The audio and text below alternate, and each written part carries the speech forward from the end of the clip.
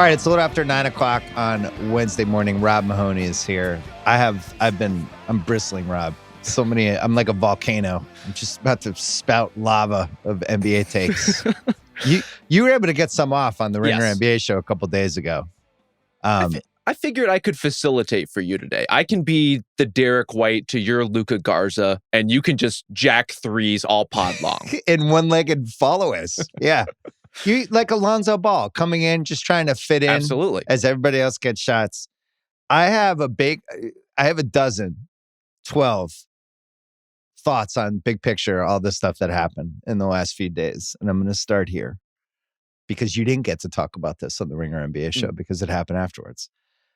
I thought what Milwaukee did was one of the most desperate, reckless moves that I can ever remember since I've been a basketball fan. I hated it. I don't understand it. I think it's a disaster. I didn't approve of any single aspect of it. Carrying the Dame stretch thing for 5 years, idiotic. Doing it for Miles Turner, I have no idea why they would do that. I just don't understand why they wouldn't have just traded Giannis. If it's this desperate that you're going to pay for the next 4 years, $47 million, $49 million, $50 million, and $51 million for Miles Turner. Yep. And then on top of that, another 22 in the fifth year when he's not even on the team. If that's the only recourse you have, if that's how desperate you are to keep Giannis, I'm trading Giannis at that point. I'm folding my hand. And I just don't get it. This doesn't make them a top 4 team in the East. I'm only doing this if I'm a top 4 team in the East, and I'm not. So why am I doing this? Counterpoint, their future without Giannis is already cooked. Like, this is a team that's going to be so bad in the short term if they do trade him, even if they get back really good players, even if they get back like good competitive players or good young prospects. Like, I think the outlook is dire enough that I can understand the logic of steering into more dire, more risk, right? Like over leveraging, putting the mortgage on the mortgage, all those things. Like, I get the logic, but I do think it's telling that through months, if not years, of Giannis trade speculation and Bucks like couch GMing that we've been doing, trying to figure out what the outcome of all this was going to be, I did not hear one person seriously suggest stretching Damian Lillard's contract. Like, that was never on the table, and literally everything else was on the table. And so, like, this combination of moves is easily the 1-2 punch of like the most surprising things to happen so far. Like, I just never would have imagined in a million years that Dame would get stretched and that the Bucks would have the flexibility to even sign someone like Miles Turner in the first place, regardless of whether you think it's a good fit or what you think of his game or any of that. Yeah, but do you think, so they had Brook Lopez, they just could have re-signed him, right? He got 2 for 18 from the Clippers. If they just paid, let's say they topped it. They were like, all right, 2 for 20, stick around for 2 more years. Keep Dame. So next year or this coming year, they would have been paying 60, let's say 61 for Lopez and Dame versus the 47 they're paying for Turner and Dame's stretch. Right. So they say that's an extra 14 million. Okay. So you basically save 14 million with this weird move you did. I just don't think there's much of a difference with Lopez and Turner. I guess part of the problem is I don't like Miles Turner that much as an asset. He's fine. We saw him go through 4 rounds of the NBA playoffs. He played big minutes. Like, he's clearly a playoff player, but I don't think he's like a missing piece for them. And the other piece is next year Dame's an expiring, which would have given them, or would have been an expiring, which would have given them so much more flexibility for moves and just things to do. So you lose that too, and you just have the sunk cost now of every year. You're just $22 million lower than you should be on the cap. I don't understand it. I was driving when I saw it, and I did like, it was like one of those. Nobody stretches contracts of that size. It's never happened. This size, this amount of dead money, it's an unprecedented situation that the Bucks are putting themselves into. It sounds like you liked it. I don't like it, but I understand why desperate teams do desperate things. And among the most desperate situations is when your superstar is on the brink of leaving or wanting out or doing something drastic in his own right. And so, like, I don't love the stretch. I like the Miles Turner move. And here's the thing. It accomplishes one thing and one thing only, and we're going to see if this is true or not.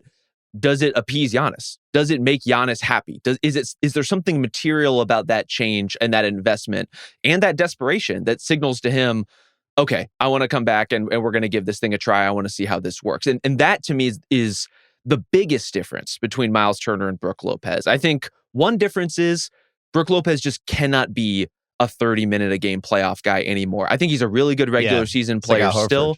It is that kind of situation. Brook Lopez, as coming off the bench for the Clippers, amazing.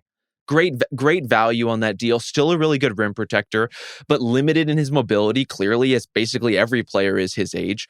And so you're trading for a guy who just simply cannot do that starting job at a high minutes rate anymore. For a guy who we just saw do it, ups and downs for Miles Turner in the playoffs, certainly in the finals, really struggled with his shooting. And you could see how teams like Oklahoma City, for example, really test him and really test his skill set. But you're getting a guy who is a proven playoff performer at this point in Turner. Yes. And you're signaling something to Giannis. And if those two things are enough to keep him happy and continue Milwaukee Bucks not business as usual, but that's kind of the problem, is every other move they've made pretty much has been bring back Gary Trent Jr., bring back Bobby Portis, bringing back Taurean Prince. Porter. If you were also going to bring back Brook Lopez, then you're just last year's Bucks without Damian Lillard. And that team is not going to be good enough, and it's not going to be persuasive to Giannis in really any way. But this is persuasive? We're going to find out. I don't know. Giannis, stay here. We have no future. We've ruined our salary cap. When you say it's desperate, there's levels of desperation. If I was trying to impress Giannis and convince him he should stay here, and I chopped off my thumb, and it's here's how much I care. It's still crazy to chop off your thumb, which is basically what this deal is. I like Miles Turner more than Brook Lopez. I don't think it's significant enough that all of the other stuff that comes with this deal, I just don't fully understand it. And I still feel like throwing away that giant expiring was a better asset than the upgrade of, just, hey, Giannis, just wait. We feel like we're going to be able to trade Dame in a year. And by the way, they don't have to trade Giannis either. I know he's a superstar. I know he won the title, but if he's like, I want out, it doesn't mean you necessarily have to trade him if there's not a deal. I just felt what was really shocking to me, and this goes to the second thing that jumped out to me, was Houston overstocking their roster. Getting Finney-Smith and then getting Capella. And it's like, So now you have 3 centers. Yep. And you have Finney-Smith, but you also have Amen Thompson, and you have Eason, and you have Whitmore, and you have all these wings. It's not enough minutes for everybody. Why are you doing this? And it just felt like they were heading toward a 3-for-1 for Giannis and not telling us, right? And then the Dame stretch happens. And that was when I was like, I don't know what's happening anymore. So you think Giannis is going to look at this and go, oh, you guys did it. I wasn't sure if I wanted to stay, but now that we have Miles Turner, and now that we have no cap, now we have a bad cap situation. Yeah, I guess I'll stay. I think by everything Giannis has said and the way he has postured throughout all this is that he's looking for a reason to stay. He is looking for the validation to continue playing for the Bucks and being part of the next Bucks contender. I think he just wants anything. He wants some sign of life. And maybe this is that. Again, this is something that nobody expected. This is a level of flexibility and a caliber of player that I just did not think the Bucks were going to be able to add, given their limited resources. And they did something unprecedented. They did something foolish and maybe insane in the process. But since when do superstars care about the long-term implications of the moves that are made to appease them? That's kind of part of the job. Yeah, that's how you get in trouble, though. Well, that's how. Once you stop thinking about long-term completely and trying to appease somebody, hoping they'll stay, this is whether you're in a relationship or a relationship with an NBA star. This is the worst thing you can do. For the Bucks, absolutely. For Giannis, it's not really his concern what happens to the Bucks in 2031 if he's not on the team anymore. For him, it's what are we doing right now to make this a more appealing situation for me so that I want to play here? He's earned the right to look at it through that kind of framework. This is the equivalent of our relationship isn't going well. Let's have a kid. Maybe it'll make it better. That's what this is. And you go back to the Kuzma trade, which I also hated. Yeah, that was getting the dog. That was the trial run before you have the kid to save the relationship. And not even just the dog. It was like getting a Great Dane. when you have a 1-bedroom apartment. Who cares? Yeah. But you do that Kuzma thing, and you have Middleton, who would have been an expiring this year, and you trade AJ Johnson, who actually might have had some, I don't know, modicum of trade value. So you do that, and now you're basically all in with Kuzma and Miles Turner, and you have no trade flexibility anymore. And this is your roster, and I just don't get it. I used Google AI for the first time, Rob. Really? I've always been afraid to go down that corner because, like, it would make rewatchables prep way easier if I'm just like, hey, Google, tell me all the reasons Jaws 2, blah, blah, blah. Yeah. I'm Give me just a bunch not of gonna do fake it. information about the making of Jaws 2. I didn't want to go down that AI road, but I was racking my brain trying to figure out a more desperate, reckless move in the history of the league. And I actually asked AI, and it was suggesting stuff like the Chandler Parsons free agent contract and things like that. And I was like, there's no way that comes close. The two things I can think of, the Brooklyn Celtics trade, when they got Pierce and Garnett, and they just threw in like that extra swap. Like the picks, if you just made the picks, it made sense because they were also dumping Gerald Wallace. They were getting Pierce and Garnett back. Like they were trying to win the title. Everything was defensible until you got to like that extra swap and maybe one more pick. The other one, there was an Orlando moment that is a little reminiscent of this near the end of Dwight Howard, when it felt like the Dwight Howard situation was going to get a little gamey. He was going to be a free agent, I think after 2011 or 12. And they traded Rashard Lewis for Gilbert Arenas. I was about to say, I know the Gilbert Arenas drop is coming. That was really a moment in time. So in the Rashard Lewis, I think he had 2 years left, but you could buy out the second year for a price. And Gilbert just had the 3 years left.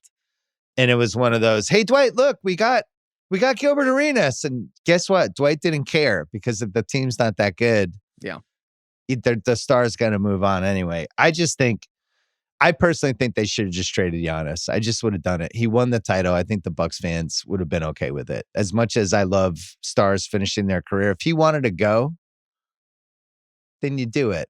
If he wants to stay, but he's like mutilate our team going forward, then that's not a reason to keep him. Yeah, I don't think. But it's interesting. You're kind of like half zagging. I feel like you're testing out a zag here. Look, I'm never going to full zag into setting $24 million on fire every year from your cap. Like that's what it costs to execute this move is so dramatic that there's a reason basically no one else would do something like this other than the Bucks. But maybe to add to your list of desperation moves, like this is not the first time the Bucks have done something desperate. This is a team that just threw like, I don't know, 5 second-round picks at Nikola Mirotic. It's the team that traded a ton to get Drew Holiday in the first place. Like they have been on this particular treadmill for a long time, trying to find finishing pieces, trying to find, foundational pieces for the team around Giannis. And this is where you end up when you do that for years, year after year after years. You don't have anything to trade, and therefore you have to waive and stretch Damian Lillard just to make a move like this possible. Cleveland was in this situation with LeBron in the late 2000s when it just became like a Jenga stack of bad moves. And you're just like, oh, this bad contract, I'll turn it into an even worse. And it was all these name dudes on the wrong point of their careers. This is, to me, worse. And look, Giannis, I mean, he tried to pretend he was upset about this yesterday. I don't think you do this move without running it by him. I just don't. Yeah. I just don't. That's not how the league works. This is such a dramatic move. At some point, you have to go, if we got Miles Turner, it's going to have to cost us some shit.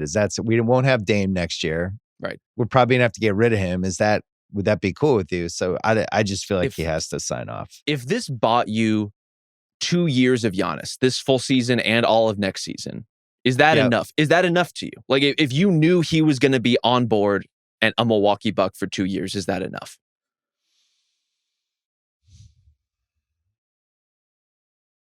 I think I still would have traded him to Houston. But I think it's a valid point. If he promised, like, I will stay here for the next 2 years if you do this, I'm still dubious that he was holding a gun to their heads. It's possible. He never said anything publicly. I know there's been a lot of buzz privately, but he never said one thing. So I mean, what's really scary for this, if you're a Bucks fan, is maybe they didn't do this to appease Giannis. Maybe they just thought this was a good idea. They just want to live on the edge. That's where I would be really scared. All right, so the Houston piece, that was the second thing I was looking at. Yep. Them overstocking their roster and all the flexibility they have. I mean, here's their roster right now. They have Şengün, Adams, and Capella, and Jock Landale, who's apparently just not going to play anymore. Yeah. They have Durant, Jabari Smith, and Finney Smith. They have Amen Thompson, Eason, Whitmore, Fred VanVleet, and Reed Shepherd. And there's only 240 minutes in a basketball game. Yeah. So that my interpretation is they're stacking this for a 3-for-1 in the December, January, February range. That they basically have depth at every position now. And if somebody comes to them and says, we'll do this for Şengün, I wouldn't trade Thompson, but Şengün and Thompson for this. Right. Or Şengün, Jabari Smith, and Eason, plus some of your picks for this. They're not positioned for that. And then also, they're one of the 5 contenders in the NBA now. One of the 5 best odds. Yeah. So, no brainer. But I was just, the Capella thing really surprised me. What was your take on the Rockets? I think there's 2 things. One, you're right. Like opening themselves up for future trades if they come up. Like the Rockets have been a team that have had too many guys for years already. And so to add even more bodies to that mix is surprising, but is a powerful thing. If you're going to make those sorts of midseason trades, like you saw what just happened to the Lakers, for example, when they made a huge team-changing trade in the middle of the run, and all of a sudden you just like don't have a complete rotation. Yeah. I think basically any permutation of a deal that the Rockets would make, they would still have some quality center. They would still have enough wings. They would still have enough guard play to make all those things work midstream, which clearly they're trying to push forward and contend right now. The other part of it, I would say, is Kevin Durant is the piece that makes them so much more formidable in the playoffs. Like an absolute half-court killer, one of the best shot creators in the game under that context, really important player. Clint Capella and Dorian Finney-Smith, I think will help, and especially Dorian in the playoffs. Like I'm sure will be part of the rotation in a meaningful way if he's still on the team by then. They help you get through the regular season in a way that's really important. Like you don't want to play Steven Adams even necessarily full-time backup minutes over the course of the regular season. Like you want to save him a little bit so that he can have the kind of impact he had in last year's playoffs. Tari Eason gets hurt a ton. Kevin Durant has a ton of mileage on him, and a guy like Dorian Finney-Smith helps you alleviate the burden on those guys in terms of the minutes that they're ultimately going to be playing. And so it is a really deep rotation. You got to find some way to keep everybody happy while, giving Reed Shepherd some developmental opportunities, while letting Amen Thompson be everything he can be, while letting Jabari play the 3 and the 4 and the 5. Apparently, like you want to do all that stuff, and it's going to be hard for Ime Udoka to balance all of it at once. But what a great problem to have. Well, especially this is basically the OKC model of like just a ton of depth, giving guys a day off. And like you saw how it worked for Alex Caruso, like that's the kind of the model that they need to take with some of these. Like Tari Eason needs to be on the Alex Caruso plan. I think that's ultimately the goal for someone like him. It's a really good team. I'm still not, there's a Jabari Smith stretch 5 piece that it's funny they have all these centers, because the lineup I was probably the most excited about was KD with Jabari Smith. Yeah. And Eason and Thompson in a guard, where they're just a little more like Indiana-ish. But they also have this ability to go big ball too. Listen, I'm going to make fun of a bunch of GMs and teams over the course of this podcast. You got to hand it to Houston, man. I still didn't love the Harden trade. I thought it was weird that they didn't get enough assets back, but it all worked out. And everything they did the last 3 years, I just fully support. But the Finney-Smith piece, that leads to the third thing. The Lakers losing Finney-Smith, and then all the LeBron stuff, it just feels like the big takeaway as we head into July 4th weekend is the Lakers are going to be a capital F fucking soap opera. This feels like when are they just not content constantly. And the Finney-Smith thing, which I think with the people that know this shit, it didn't feel like it was a big enough story publicly that the Lakers screwed up the Finney-Smith thing, that him and his agent felt like Pelinka was kind of negging his value in the open market and telling teams he was hurt, and they found out about it and they pulled back and were like, that's it, we're not. And then they went and solicited the Houston thing. I think the Lakers thought he was coming back and that they were going to get a center and that was going to be their summer plan. Instead, they lose him. They have to pivot to LaRavio, who they probably could have gotten anyway. Yeah. All June, we're like, every Laker fan, well, we're going to get a center when we get a center, And I would always be like, well, who's the center? And now we're sitting here, it's 9:26 a.m. And the only center left is DeAndre Ayton, who Portland paid to go away. and they lose Finney-Smith, this guy who I thought was important for them because he plays well with Luka, and he's exactly the kind of guy you need if you're going to have Luka and LeBron together. So let's start there. Yeah. This is a disaster for them because they're not even close to the top 4 in the West now. I don't think. They feel really far removed from it. Like, they needed to have a great summer in exactly the way you described. Like, bring in a center who can actually play, not only bring back Dorian Finney-Smith, but be like adding net players to your rotation. This was a team that was just like starved for guys who could actually stay on the floor in terms of playoff viable rotation players.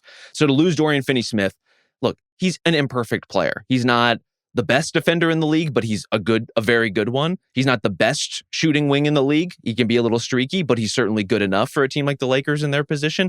Yeah. A summer in which you get one of these free agent center options, plus bring back Dorian, plus get Jake LaRavie, who I actually quite like as a rotation guy. Me too. That's a pretty good start. To whiff on 2 of those things already in a way that, I mean, you're not just like banking on DeAndre Ayton. You are praying for DeAndre Ayton. Because who's left? There's not one center left. Horford's going to Golden State. That's basically treated as a foregone conclusion around the league right now. Everyone is assuming that Horford will be a Golden State Warrior, and we'll see if that ends up happening or not. But it's happening. Outside of that, I really don't know where they turn. They've already missed out on Lopez, who we talked about. They've missed out on Luke Cornett. They missed out on Bobby Portis. They missed out on Kevon Looney, Jalen Williams. Like, all these guys are already off the board. They missed out on Luke Garza. They missed out on Luka Garza. They missed out on Josh Minott. They could only be so lucky, frankly, at this point. But the LeBron thing is such a huge wrench. And I think what makes it especially painful is that what LeBron has articulated vis-a-vis Rich Paul about this being a cute little rebuilding team at present is not entirely wrong. Like, this is not a team that is close to the level of competition that would threaten the Thunder. Like, they're just not even close to it. Rousseau and I talked about it Sunday, and I was pretty focused on it because I felt like it was going to be I thought the Rich Paul statement, I was like, this is what's happening here. This feels aggressive. And I think part of it was they already knew Finney-Smith was leaving, which leads to that statement where like, wait, we're losing him? What the hell's going on? This is part of the soap opera piece. LeBron, with no leverage for the first time in his career, playing for somebody else's team where they've clearly said, we're in the Luka business. They had that thing come out yesterday about we don't want contracts longer than the next 2 years. We've never seen a star as famous and as successful as LeBron in a situation like this. It never happened to Kareem. It never happened to Bill Russell. It never happened to Michael Jordan. It never happened to Larry Bird. It never happened to Magic Johnson. And those are the best players. And it never happened to Tim Duncan. These are all the best players in the history of the league. None of them have ever been in a situation where they're on somebody else's team, on somebody else's timeline. And the team is like, we don't really care what you think about any of this. And that's why he's obviously going to get traded at some point. I just think, I think you can lock that one down. He doesn't want to be, it doesn't seem like he wants to be in the Lakers. And I think he wants to win titles, which was what I said Sunday night. Yeah. I cannot figure out the team. I thought Waz was on Zach's pod yesterday and kind of whipped out a Towns for LeBron trade. And I was kind of like, oh, that's really interesting. Who has a longer meeting about that? Because if you're the Knicks, you get off all the Towns money. You do. And if you're the Lakers, you get to reboot, you get out of LeBron, who's I just think going to be more and more grumbly as the year goes along because he's never been in this situation. You bring in Towns, it doesn't fit your contract timetable, but at least he's a center. Yeah. And you have 2 amazing shooters. And I don't know. I don't know who would say no faster. Who would say no faster? I think the Knicks might. Not because, like, the virtues of adding LeBron to a team in New York's position are not lost on me. There's just such an opportunity in the East right now. And if you're the Knicks and the Cavs in particular, it just behooves you to not do something super dramatic right now. Like, keep the teams that you know work, add on the edges, as the Knicks have done, like Gershon Yabusele, Jordan Clarkson. Like, that's a good offseason for New York already in terms of shoring up some of their weaknesses. You know the rest of this stuff works. Karl Anthony Towns just had an all-NBA season. I think did he make second team? Like, he was an incredible player for them. I think losing him would hurt their offense in ways that they might just kind of casually overlook as we're kind of talking through the LeBron possibilities. And look, anytime LeBron's on the board, you have to take the meeting. You have to talk about it. You have to figure out what are the permutations of this that can work. I think Cat is really valuable to the Knicks, and his present tense value as a team that could win the East next season is more important to me than ultimately what his contract is going to drag down in a couple seasons. So you don't think Knicks GM coach Rick Brunson would sign up on this also because it would maybe affect his son? There you go. Seems like a problem. When the Brunsons are running the Knicks, we're like, why do they want LeBron in there? trying to think he knows stuff. I would think about it from a salary cap standpoint too, because you got to pay Bridges in a year and you're going to have just a super expensive roster. And the LeBron piece would allow you to kind of change the money a little bit, where LeBron's got, I mean, people are claiming he's got a year left. I don't think so. I think this goes more like Tom Brady, where it just kind of keeps going and going and going. But he's not going to win a title in the Lakers. I said this Sunday night. It's not happening. What's important to him? Well, the other important thing would be, I have my own team that I'm running. He doesn't have that either. So there has to be some sort of outcome that's not the outcome he's in now. I was thinking it's a little like, to be more on the substance, just running out of options, kind of trying to grab some magic elixir. I don't know what the elixir is in this case, and I don't know what the team is. Can I throw another trade at you that I was thinking about? Please do, yeah. What about Kawhi for LeBron? They both get to stay in LA. Yeah. Little change of scenery for each. If you're the Lakers, you get out of this weird LeBron situation. I don't know if it changes your destiny that much, but at least it resets whose team it is. I think the Lakers would say no, but I thought that was an interesting one too. I kind of like it. Oh. I ultimately, I think there's probably too much like extracurricular shit on an LA to LA trade for both teams to actually do it. Like the whole, like, you just have to live in this city and deal with the fact that if this trade goes sideways, it went sideways on a daily basis, might be reason enough to not do it. But as LeBron destinations go, I think the Clippers make more sense than the Mavericks, for example, who, like, that stuff is just kind of out there right now as far as like, oh, Dallas could be an option. I don't really see mechanically how that would work. I don't really see the argument for it. But look, this is kind of how you have to think about LeBron at this point. Like, he is one of the best players in the world. He is also a player who does stuff like this from time to time and wants to exert a certain level of control over his circumstances, as he should. And so you are kind of trading a flawed, caveated star for another one. It's going to be someone with a contract like Towns, or a player of a clearly like lower caliber, like an OG Anunoby. Or it's going to be someone like Kawhi with all the questions that come with him. Like, that's kind of the market you're trying to get into. Yeah, or the other one would be Anunoby and Mitchell Robinson together. Right. See, I don't know why the Knicks would do that. I don't know why the Knicks would do it, but from the Lakers' perspective, you can clearly see the outline of something there. Yeah. And we thought Sunday I was talking about Cleveland and Cleveland possibilities, but once they extended Sam Merrill, that kind of ruined. They're so far over the second apron now, they can't really do anything. Well, I look at the West. OKC, Minnesota, Houston, Denver, and the Clippers, just on a different level than the Lakers. It's not close. Those teams have better rosters. The only scenario would be Luka just coming in shape, having some crazy, I'm going to carry everybody year. Sure. But I don't know if that's a great situation for LeBron. All right, we're taking a break, and then I got more stuff to throw you. This episode is brought to you by Michelob Ultra. Cracking open a cold one on a hot summer day is one of the best feelings, but it's even better when it feels like you've earned it. Like in a little friendly competition. It's always better when there's something worth playing for. I play tennis during the summer because pickleball should be illegal. I play tennis. Nice to have a nice cold one right afterwards. Michelob Ultra, superior light beer. It's a pretty great prize. Trying to think stuff I would play for this summer. Golf. I need to have a big handicap for golf. It's really tennis and maybe basketball 3-point shooting contests. And I don't know. What's that block blast game? You play on your iPad? I would do that. I would compete against other people on that one. It's like Tetris for the 2020s. Play for Ultra. Fill your fridge with Michelob Ultra this summer at Doordash.com. Enjoy responsibly. Copyright 2025 Anheuser-Busch Michelob Ultra Light Beer. St. Louis, Missouri. All right, I'm sad we haven't brought them up yet, but the Nuggets finally realizing they have Nikola Jokic on their team and acting accordingly was one of my dozen things that I absolutely loved. And look, I just want to see Jokic with a good enough team. Yeah. I'm a Celtic fan. I root for certain players. I just like watching Jokic. His team wasn't good enough last year. They didn't spend enough money on it. It was just a flawed roster.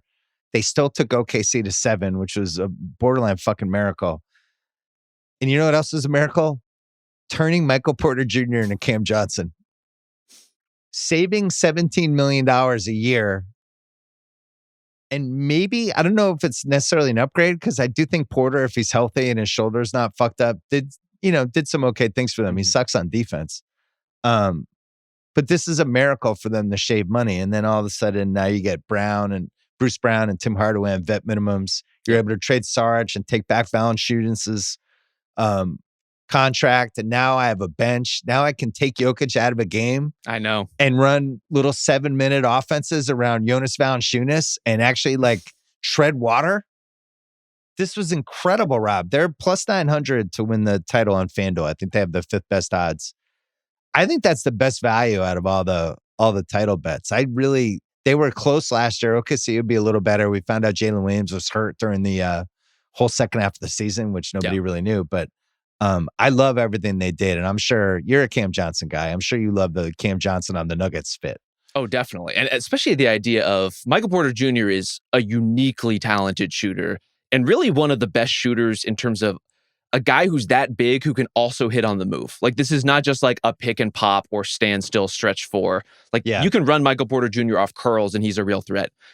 You can run Cam Johnson off curls and he's, I would say, even better at that exact thing. Not quite to the same ridiculous, extreme proportions. Like, Michael Porter Jr. is a giant 3-point shooter, but Cam Johnson's about as close as you're going to get. And so to get that player at that much cheaper, and those savings in this case, are material. This is the difference in the Nuggets having actual flexibility versus not. This is not just how much money are we saving the Cronkies? This is a big deal in terms of the team building of the Nuggets. And they're in a position where they could still potentially add pieces. They're probably incentivized not to because of the tax, but they could. And ultimately, the idea that you're taking last year's roster and getting it to a place where you have I would say 6 rock solid playoff guys. And after that, a good collection of, okay, in this series, Jonas Valanciunas is going to be a real player for us. In this series, would say 7. Who do you consider? Oh, I guess Peyton Watson, is a pretty solid 7. They got Hardaway Jr. I feel like I could throw him out. But I can throw him out in the second quarter of a playoff game and not worry what they had in the playoffs last year. These young guys where you feel like the 3's going to hit the side of the backboard. At least he's not going to be scared. Yeah, he will not be. I can promise you he will not be scared. He definitely will not be scared. This is the Tim Hardaway Jr. thing, and this is why this is such a great fit for him.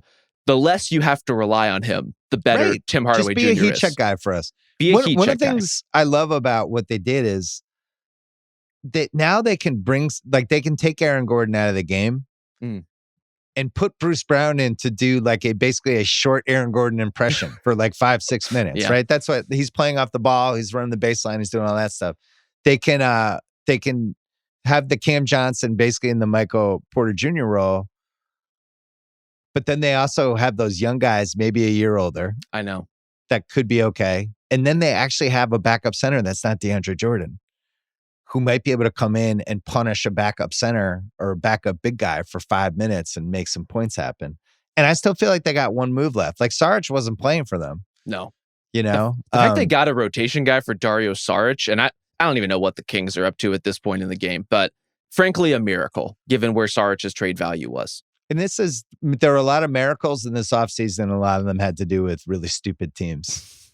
And somebody like Sacramento going, man, we just need more money to pay Dennis Schroeder so we can be the 12th best team in the West. Yeah. Let's take Saric's contract and we can dump Valanciunas and now we'll have enough money. It's good. Great job, guys. I just think for Denver, if I was a Denver fan, we talked about it a bunch on this pod, I would have been so upset I just feel like they cheaped out last year on him.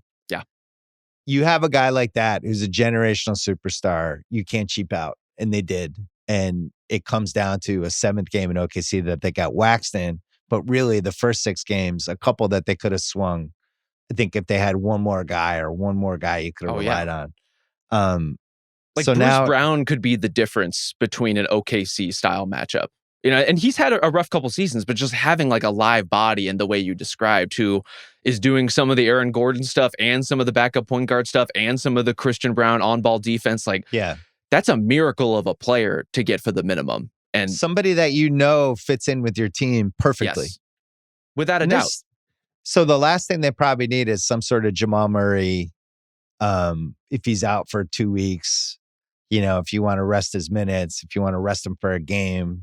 They don't really have that guy yet. Those guys are available. Anyway, congrats to Denver. Thank God. Mm-hmm. Next topic. It's officially the Trae Young superstar audition season. Hell yeah. Because Atlanta had an awesome offseason. Just awesome. I think they're an actual contender in the East. There's no question. They have a starting lineup of Trae, Jalen Johnson, Dyson Daniels, Alexander Walker, and Okongwu, with Ricochet, Porzingis, Newell, and still room for one more guy off the bench. And they have picks to trade. Well, they did get Luke Kennard too. Oh, and Luke Kennard. I forgot to write him down. Luke Kennard. Wow. I really like this team. Luke Kennard was my dream Denver guy. And still the trade exception for one more guy if they wanted to get frisky. And yet, all of it hinges on whether Trae Young is actually a superstar or not. Yeah. We're going to find out once and for all. He's got last year of his deal, and we're going to see. Let's see what this looks like. We have given you the perfect car. You are Brad Pitt in F1 on IMAX now. That was a junker of a car. They really had to fix it up. Maybe this is his fix-up season. Oh, did you see? I still haven't. I'm seeing F1 probably today. It was good. You liked it? Worth the ticket. Got to see it on IMAX. Okay. We're going to find out now with Trae Young, is my point. Any thoughts? I think he has shown a lot of the precursors of that last season in terms of his willingness to commit to defense a little bit more, in terms of the way he was playing on offense. Like, he was doing all the stuff you want to see from Trae Young. It just didn't result in the overall kind of team season that we may want from the Atlanta Hawks. And now they have all the more reason and all the more insurance in terms of just the depth of this roster to get through the year. And I think even more of an identity that makes sense for them. And that makes sense for Quinn Snyder, frankly. Like, they ended up in that zone where they were neither an elite offense nor an elite defense. Well, the Jalen Johnson injury kind of set that. I mean, they lost him for 4 months. Completely took the wind out of their sails. And if Jalen Johnson can stay healthy, and that's an if in its own right, and if Kristaps Porzingis can stay healthy, and that's an if in its own right, and if Onyeka Okongwu can stay healthy, also an if, they're going to be really well positioned. Like, they're going to look like a really dynamic team. And in terms of, good Lord, like Nickeil Alexander-Walker and Dyson Daniels together, it's not quite Oklahoma City's perimeter defense, but it's the closest you're going to find in the East. Then to put Johnson and Daniels and Alexander Walker together. Hell yeah. That's just not a fun night for opposing perimeter guys. It's like, fuck, I'm playing the Hawks tonight. Let's hunt Trae Young. Oh shit, Trae's not in the game. Now what do we do? And I like that they have Porzingis kind of as the wild card, who the fuck knows guy. Oh yeah. Because if he can be closer to first year Celtics versus second year Celtics, that's like, now you're putting him out there with Trae. Like, you have all these different wrinkles now. I don't know. I really like this Hawks team. It's weird to have a smart Hawks team. I know. Look, it's a whole new era, but like, really is. I think the thing with Porzingis, in addition to just being that sort of wild card, he doesn't really cost them anything. Like, if you're the Celtics, he is measurably expensive, incredibly expensive, to the point that they're still over the second apron somehow. They dumped all the salary. They're still a second apron team. The whole situation is kind of ridiculous. If you're the Hawks, this is a short-term bet on a very talented player in a somewhat more contained role that I think could make sense for him. And it's an expiring. Worst case scenario, it's a $30 million expiring that with your picks, you might be able to go, let's say he breaks down or gets hurt, whatever, you can still potentially flip that. I thought that trade, I don't know what Brooklyn was doing with that trade, especially when you saw some of the prices of some of these guys like Finney-Smith or Duncan Robinson. Like Terrence Mann at $15 million. Yeah. To also get the 22nd pick to take that and use your cap space. I just don't personally understand it. I just think there's better, like the Celtics, I think would have traded Sam Hauser to whoever. And Sam Hauser is like 4 years, $38 million, something like that. It's a really good contract for a rotation guy. I don't understand why I'm paying Terrence Mann $15 million a year and why that would be a good thing. It's not a horrendous deal. And like Terrence Mann's a good player. So it's not like they're taking pure dead money, as is often the case. I'm just saying compared to all these signings we're watching. Yes. I just don't understand it. Here's my perspective on it. If like Capella's going to make $7 million a year. Yeah. Terrence Mann's going to make 15. If you are going to be the basically one team with cap space, do not use it this early for that purpose. Like, right. We've just talked about all the ways that the Bucks are desperate. They're not the only team. Like the Lakers are in that space too. Like there's so many teams who are trying to get stuff done right now.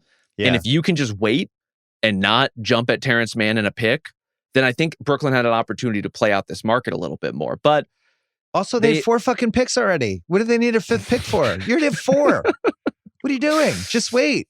You're the only team with cap space. We're going to talk about them later. I have a lot of thoughts on them. That's kind of the other part of the LeBron conversation, too, is that the Lakers, in many ways, although their situation is messy and complicated and they're going to have to find their way out of it, they are so incredibly lucky that LeBron's situation is coinciding with a market with 0 cap space. Like there's no free agent team where LeBron would have turned down his option and then gone there. And that's the only reason we can even talk about, like, can they get OG Anunoby? Like they should be so lucky again as to get a player like that. Yeah, it's a good point. Well, Atlanta's in the mix. I think Atlanta right now on FanDuel, they are 30-1 now. Wow. So when we did the draft podcast a week ago, they were 33-1 to win the East. Now they're 30-1 to win the title. And I think you have New York, Orlando, and Cleveland definitely ahead of them. I think they're probably 4 in the East right now. I have them over Detroit, Philly, I think so. Milwaukee, Miami, and obviously Indiana and Boston, which brings us to the next thing. It's official. It seems like Indiana and Boston are doing gap years. Yeah. I didn't know with Indiana. Obviously, no Haliburton for the rest of the year, but they're deep, and it seemed like Turner was coming back. They pivoted. I don't blame the pivot. I think I see it both ways, but I would rather have the flexibility and the fact that this really sneaky situation of them getting their first round pick back before Haliburton got hurt. One of the weirdest stroke of the Haliburton thing, the worst luck possible. Yes. Getting the pick back a week before, like kind of weirdly lucky. So now if they want, they can just throw away the season and getting rid of Miles Turner, I think was a sign. They don't have a center now. I guess Nembhard's going to be the point guard, but they might not be a playoff team. What would you do if you're Indiana? Here's the thing. I think it depends on the thinking behind Miles Turner. If the reason you don't bring back Miles Turner is because you value some of the flexibility, and honestly, there are good basketball reasons, even for a team that just went to the finals, to want to reconsider its center spot in general. Like Miles Turner, a good shooter, like showed himself to be flexible enough, like rolling into kind of mid-range shots, like sealing smalls inside. Some good defensive stretches. Definitely some good defensive stretches. And I would say, especially in the finals, that was kind of his better end of the floor. But at the same time, like you might want someone who like connects more on screens and frees up Haliburton to drive. You may want someone who's even more of a presence going downhill. Like I think it's fair for the Pacers with everything they have and one of the best passers in the world coming back after his injury to think about like, what do we want the future of our team to look like? I think you could probably re-sign Miles Turner and still have all those conversations and debates and, you know, entertain the trade market down the line. What I worry about is that this is a team that has never paid the luxury tax, and Miles Turner is basically this contract that would have put them over the tax. And so if like, or sorry, actually they have. It's just been 20 years, since the Pacers have paid the luxury tax. If that's the reason, after you just went to the finals, miss me with that. Like, I'm just not compelled by that as a reason to not bring back Miles Turner. It just seems like it was a little rich for their blood, whether it was the tax or whatever else. OKC left him alone at the top of the key the whole series. They just did. He couldn't shoot. And he couldn't make a shot. No. And I told that story after game 4 when they had that 86-76 lead and probably the title in their hands that game. Because I think if they win game 4, they win the thing. And he missed a couple and the guy behind me was like, God, Miles, that's your shot. Like he had this 25-footer at the top of the key. That was his shot for his entire Haliburton run. And it stopped going in. I think that when you think like it's probably only going to get worse for a big guy as they hit their 30s. They seem like they got spooked. And if you think, all right, this is our gap year, Miles Turner helps them win games. Maybe that makes me think they don't want to win games. Maybe not. And that's where they've landed. And it also allows them to bring Mathurin back, but it's going to be a weird team. They have a lot of equity with their fans. There was a piece with this, though, that him going to Milwaukee was really interesting because those teams really dislike each other. Definitely. That was like, it reminded me a little when Ray Allen, I mean, this was worse when Ray Allen went to Miami and the Celtics had just been through that 2012 Eastern Conference Finals war with them. That was really, really surly and competitive. And then he jumped over there and it wasn't, I never blamed him because they had tried to trade him in February. Yeah. So it's like, all right, we can't play the loyalty card when we almost traded him 4 months ago. But as have same the Pacers, thing where it's like, it was like, whoa, you're going to Miami? We hate those guys. And I think the Pacers Bucks is a little bit like that. Yeah. So that one surprised me. Look, that's one area in which, the Bucks being more competitive next season, and we'll see how much the Pacers lean into the idea of like really pushing hard to win as many games as possible. But every time those teams play, it's going to be fun. Every time you see Miles Turner in a Bucks jersey, I think it's going to add something a little to the game. And they're going to get Isaiah Jackson back, presumably too. Like they put the qualifying offer in on him, and he, again, long-term recovery from the torn. He also had a torn Achilles last season. But was a good energy big for them. And if he can be that again, you can start to see how a center rotation would come together. Not one that's as good as the group that just went to the NBA Finals, but that's the way it goes. Yeah, and maybe, I don't know if they've decided on Thomas Bryant yet, but I know he's still a free agent. Mm-hmm. Maybe you just try to patch it together with him and Isaiah Jackson and do the math. And like, could these guys give 70% of his stats and 40% of the defense, and we were paying $5 million instead of 25. Rest assured, they already locked in Tony Bradley. Tony Bradley is going nowhere. He is an Indiana Pacer. Pick up that option. Good job, Tony Bradley. It'd be funny if Indiana hated Milwaukee so much. They're like, let's let them have Turner and screw their cap with this Dame Lillard thing. Let's send these guys to the pits You of know hell. what? That would be the light years move if you're the Indiana Pacers and you're like, just you know what? All-time spite move. We're not contending until Tyrese comes back anyway. Let's see where we are in 2 to 3 years. Has any team demolished another team kind of quietly more than Indiana has demolished the Bucks over the last couple of years? If they've still taken their heart in playoff series and now they've stuck them with a terrible cap situation. I just want to say, we got to talk about the Boston piece too. The new CBA is just an apocalypse. It's one of the worst things that I can remember in any pro sports league. How it played out this way, where you have good teams basically sabotaging themselves. Yeah. Because they're so afraid of these penalties that I don't know who wanted. I don't know who the penalties serve other than the owners as a check and a balance for them not to spend too much money. That seems to be the only positive. But when you have Boston basically just, I was walking with my daughter the other day. I actually put this on YouTube as a short because the Celtics had lost Cornette. And I was talking to her about it. And this is the first team she's ever liked. She goes to the games. She doesn't know any better. She thinks these guys are just going to be in the team for 20 years. They lose Porzingis. They lose Drew Holiday. Yep. They lose Cornette. I'm like, we're going to lose Al Horford to Golden State. And she's like, I don't understand. I really like these guys. Why do they have to go? And I'm like, I don't know. Blame the CBA. I just don't think this is good for anybody to have teams sabotaging themselves to save money. That's a bad place to be in as a league. For the solution to the super team free agent movement to make it basically impossible for contenders to sustain over time feels like a real misallocation of what actually just happened. Like we're trying to solve a problem by ultimately crippling the one actual solution is like internal development, teams' ability to retain their own players. And the current CBA basically makes that model prohibitive to the point that, teams like the Celtics are not just incentivized, but there is almost no logical explanation for why they would not take a gap year under these circumstances. Like they need the relief. It opens them up. It's really the only way they can sort of rebuild their roster down the line. And so this is what ends up happening. It's like, you're just going to watch a lot of George Niang. Like it's just going to be what it is in this context. And I hate that that's the incentive structure. I also think there's a lot of teams pretending to be afraid of the apron so that they can make normal cost-cutting, owner-protecting moves to just like not spend as much money. So it's like, it's a little of column A and column B, but column B definitely exists. Yeah, but then on the other hand, you have Devin Booker is now eligible to make $75 million a year. It's like, what kind of league are we creating? Yeah.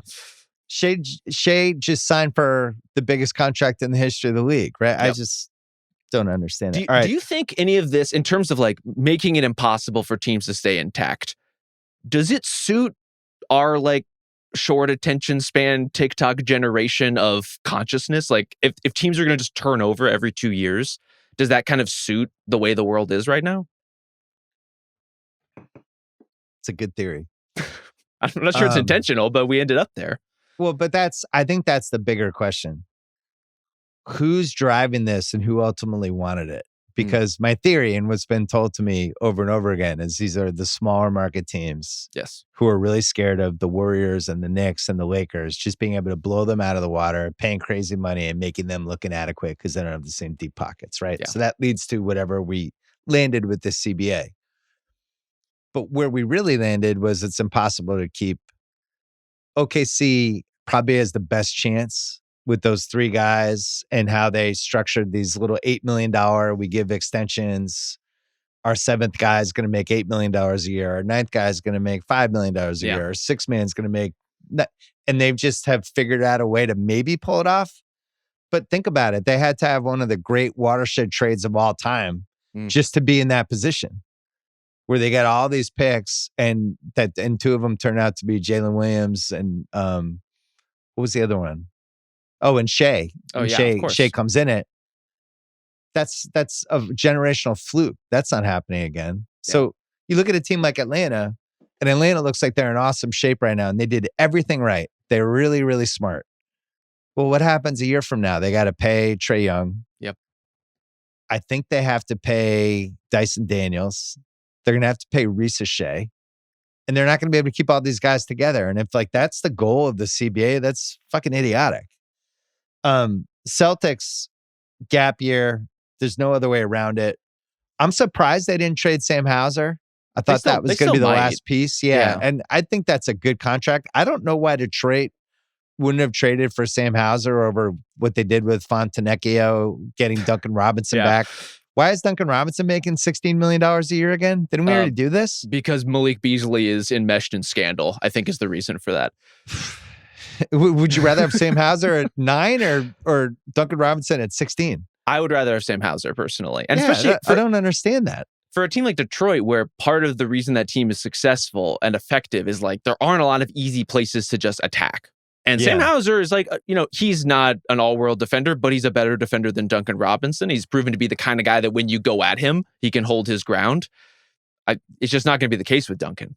And so I just think he's been so up and down. I like him, but I thought he was going to be to some of the guys that got veteran minimums are close, or even Yabusele getting 2 for 12, which I thought was a really good signing by the Knicks. So he's worth 2 for 12, but Duncan Robinson's worth 3 for 45. Doesn't make sense. Yeah. Which leads me to my next thing, the Pistons, who lose Beasley, Hardaway, Fontenecchio, and Schroeder from last year's team. They added Karis LeVert and Duncan Robinson so far. Yes.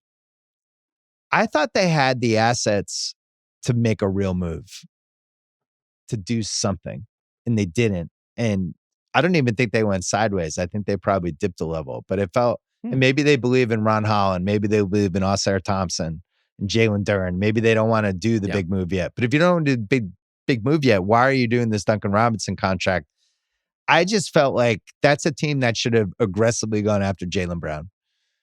And I don't know whether they would have gotten him, but I think that's how they had to think. Like you gotta, and maybe Durant didn't want to go there, but that's the other guy you could have thought of. But for sure, I think Jaylen Brown, whatever their version of a Siakam trade was that Indiana made a couple years ago, I think this was the summer to do it. They had weird assets and some cap space and some expirings, and they just didn't do it. And I think they're in a worse place. I think they definitely could have made a move like that. to the extent that one was available. Like maybe Kevin Durant just doesn't want to go to Detroit. So they certainly weren't on his short list that was released. Right. Maybe the Celtics didn't want to trade Jaylen Brown. Absolutely. And so maybe it's just a matter of like the right guy is not available for us at this time. And so even Desmond Bane was available. He was, but does he level up the Pistons in the way that ultimately I think they want to level up at some point? I don't know that Desmond Bane is a great addition for the Magic. Ultimately, like Detroit is looking for something a little bit different. They are looking for shooting, though. And so I think the reason you get into Duncan Robinson is ultimately because you're losing your two most prolific three-point shooters from last season. I'm assuming Beasley does not come back. I guess we'll see if that's not the case. The Beasley stuff is really... Did you deep dive some of that about all his financial problems the last 5 years? It's pretty dark. It's quite dark. I don't think he comes back. I don't think so either. And so if Beasley's out and Tim Hardaway Jr. is out, now you really need someone to just space the floor. And so maybe it turns into a panic signing as opposed to who do we have to trade to get Sam Hauser per se. But I think what they're banking on ultimately is not just like, will Ron Holland take a step? Will, Jalen Duren take a step? It's getting Jaden Ivey back in particular, and him taking a step forward feels like a huge component of this. Plus a star. I think there's enough reason with their young guys to think some of those guys are going to take a meaningful step forward, and it's going to offset what we're losing with some of these losses over the offseason. So you wouldn't have traded Tobias Harris and Thompson and Fontecchio and like 4 of your firsts for Jaylen Brown? Because that probably would have been the trade. Well, Fontecchio would have been untouchable for me. I never would have traded him for anybody, including Duncan Robinson. Of course, Miami gets him. I like that guy. I think he's going to do well. Just adding guys that I really like. Truly. They didn't make my dozen topics I wanted to hit, but they got Yakashunis in the draft. They turned Duncan in expiring of Fontecchio. They have the Rozier expiring. They do. They've mobilized some assets that are all expirings for something. But they need to continue to mobilize because right now that collection of assets on paper on a depth chart, it does not inspire confidence. But I do like them bringing back Davion Mitchell. I thought he had a really nice season overall last year with Toronto to start and then coming to Miami. But really, really cool to see him like find his footing in the league. Do you have any stock? I was an early holder, but then I bailed. I bailed when he was having trouble, beating out third and fourth string Sacramento Kings guards.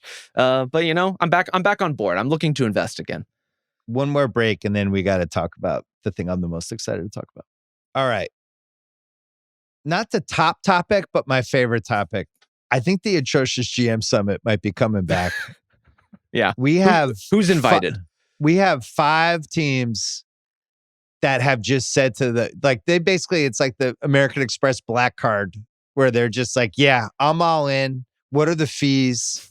We have 5 teams that are just like, what are the fees to the Atrocious GM Summit? Because we'd like to order the deluxe package. So we have Phoenix, obviously. They've ruined their short term and their long term, and nobody knows what the fuck they're doing.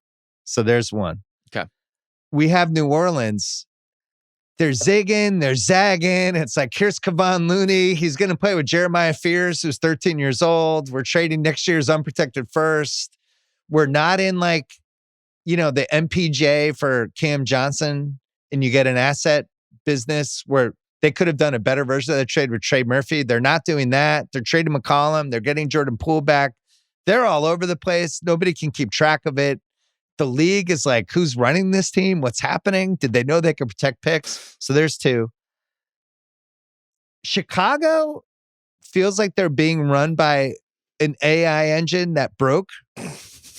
And the only thing they put in was, we don't want to pay the luxury tax. Could you suggest some moves for us? Yes. And the AI engine was like, trade Lonzo Ball for Isaac Okoro, even though you already have Patrick Williams.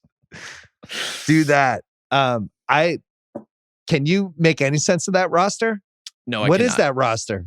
Well, we're still waiting for the Josh Giddey re-signing, which I'm sure is coming at this point. Like, I don't know who else would realistically be able to offer him a deal that would be competitive. Cool.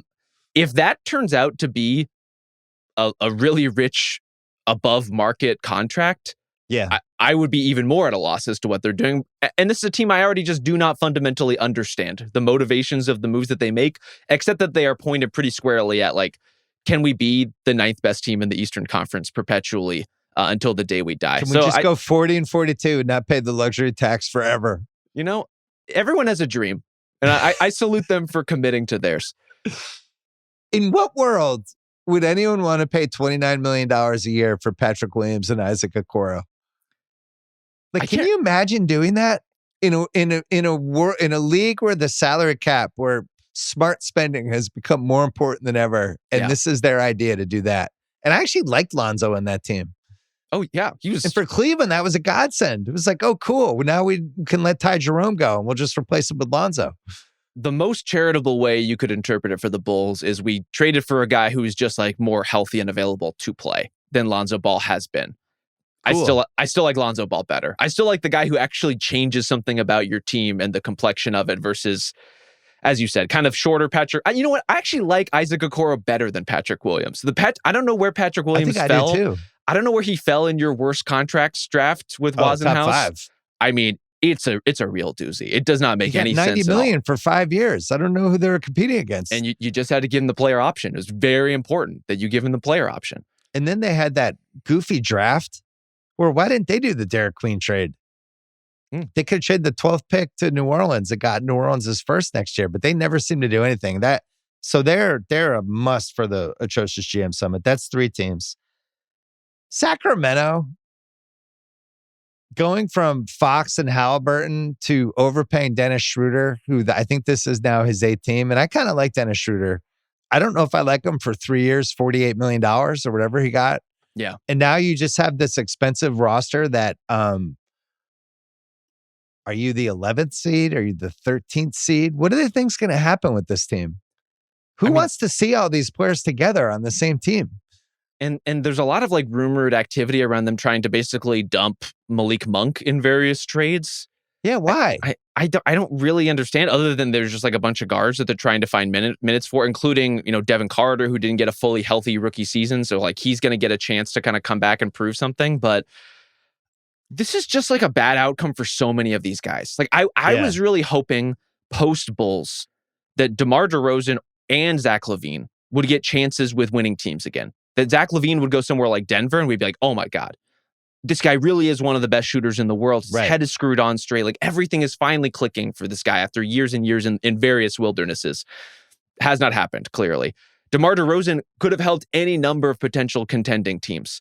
Instead, he's tasked with like trying to be the third kind of triangulated piece of first with Fox and Sabonis, now with LaVine and Sabonis, like pairings that just like do not work and anchor you inside the arc at a time when it just does not work in terms of producing high level offense. I hope for so much more for so many of these guys, and yet their fate is apparently playing together. It's so weird that they had the 2 seed. It was all looking good. The Halliburton Sabonis trade, which I disagreed with, but at least like, okay, at least you guys won 48 games. You got some stuff going on. You have a pretty clean salary cap, and now it's a mess. They have the 3rd worst odds on FanDuel to win the West. Utah's the worst. Portland's 2nd worst. Sacramento has worse odds than New Orleans and Phoenix. How about that? And this is not a team that should be like, what might help us? 3 years, $48 million for Dennis Schroeder. I wouldn't do that. Anyway, they're our 4th invite. I also would not rule out the idea of the Trailblazers just having a better regular season record than the Kings. That feels fully possible to me. Oh, I would bet on that. I think Portland's definitely going to be better than them. Don't you think? You said they had lower odds, no? You're right. They do have lower odds. Like I think I might like that. That's a proposition that makes sense. Why does Portland have to lower me. odds than Sacramento? I don't really know. I kind of like Portland. They're going to be Portland. I think they're going to be really tough to play. They're going to be good defensively, and chemistry will be better. Now that they don't have Ayton. And then the 5th team for the atrocious team. So we have Phoenix, we have New Orleans, we have Chicago, we have Sacramento. I'm sorry, Brooklyn's got to go in there. What are you doing, Brooklyn? Can we just go over this for a second? Please. You're the only team with cap space. Yep. It's just you guys. You have the chance to get to like, 80, 90 million if you renounce some guys. Nobody else has anything. This is a gift. You're basically in a fantasy football draft, and all of your idiot friends have spent all their money, and you have like $100 left to just go and swoop in and grab everybody. And they don't do that. They turn the cap space plus Cam Johnson into Michael Porter Jr., Terrence Mann, the 22nd pick in Denver's 2032 first, which is 7 years from now. And I promise you, Sean Marks will not be the GM then. Not to mention the 5 firsts that they took that I don't think anybody really liked any of them. Brooklyn is like kind of the stealth people around the league going, what the fuck is going on with that team? I don't know what's going on, but this is a team that they could have used that cap space. They could have made a giddy restricted free agent offer. They could have done, try to steal Kuminga. There's still some good restricted free agents left. They could have tried to screw Philly on Quentin Grimes. Like use the cap space. And where conversely, here's another one I wanted to do tied to this. Well, we'll talk about them later. But Charlotte, who I think is now doing it the way you should do it, we're like, let me use our cap space to grab assets and get picks from people, and we're just kind of collecting. We're here if you want to get rid of your dumb thing you want to get rid of. We'll hoard your stuff. I don't understand Brooklyn at all. Do you? I do not. Look, the shape of the team right now, I don't think was ever going to make a ton of sense. Like they're kind of still too early in their process, which is not what you want to hear. But given their relative lack of ability to add players outside of free agency, it was just kind of, it was what it was. That said, I don't like the opportunities that we talked about. Like using your cap space in that fashion for Terrence Mann does not check out, is not a good use of the market, is not a good way to leverage kind of the one thing that you have at your disposal. Cam Johnson is another one who we've been talking about for years now as a potential trade target for various teams. Michael Porter Jr. is a really good player to the Denver Nuggets. I think a proven champion, a really important part of that run. I don't want to diminish what he does or what he did for that team. What does he do for the Brooklyn Nets? Like, is he potentially a part of the next great Nets team? I find it hard to believe that would be the case. I think it's probably more likely he plays out this season and then I guess is a trade candidate for next year in terms of finding his way to another $17 million more than Cam Johnson, which is a crucial piece of this. Another crucial piece of it. So they don't have a roster that makes sense. They don't have a future that makes sense. They don't have a lot of prospects who it's like, oh, I really believe in that one guy in particular. And that's kind of the worst place to be as a franchise when none of those things are clicking. And then on top of it, it all starts with that weird trade they made to get their picks back, where they paid a premium price and traded the Phoenix picks away, which there's just no scenario for Phoenix to be good over the next couple of years, and instead banked on themselves to suck. Well, is there a scenario for the Nets to be good?